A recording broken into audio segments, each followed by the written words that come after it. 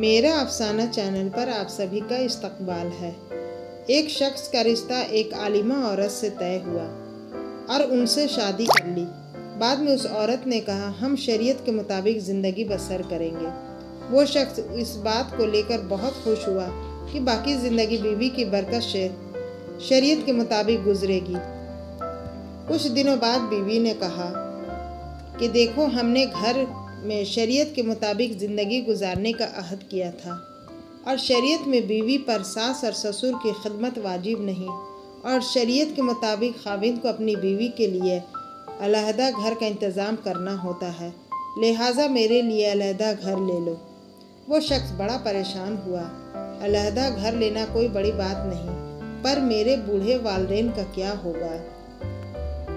उस परेशानी में वो मुफ्ती साहब के पास गया और अपना मसला पेश किया। मुफ्ती साहब ने कहा, भाई तुम्हारी बीवी बात तो ठीक कहती है। वो आदमी मुफ्ती साहब से तंज लहजे में कहने लगा, मैं आपके पास मसले का हल लेने आया हूँ, न कि फतवा लेने। मुफ्ती साहब ने मुस्कुराते हुए कहा, एक तरीका है, अपने बीवी से कहो शरीयत के मुताबिक मैं दूसरा निकाह कर रहा हूँ।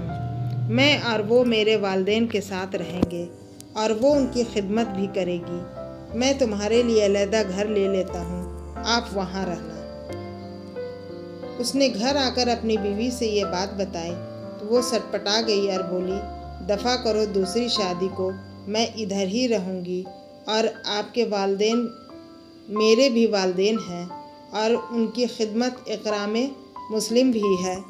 इस पूरे वाक़े से हमें ये सबक मिलता है कि हमें ज़िंदगी के कुछ पल मस्जिदों में बिताना चाहिए या अल्लाह वालों की महफिलों में भी गुजारना चाहिए और ज़्यादा से ज़्यादा कुरान की तिलावत करना चाहिए और कुरान को समझने की कोशिश करनी चाहिए।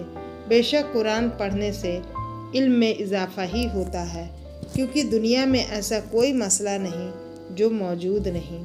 तो दोस्तों, आपको ये आज की बात कैसी लगी हमें कमेंट बॉक्स में ज़रूर बताइएगा और इस बात को पढ़ने या सुनने के लिए आप सभी का दिल से बहुत बहुत शुक्रिया।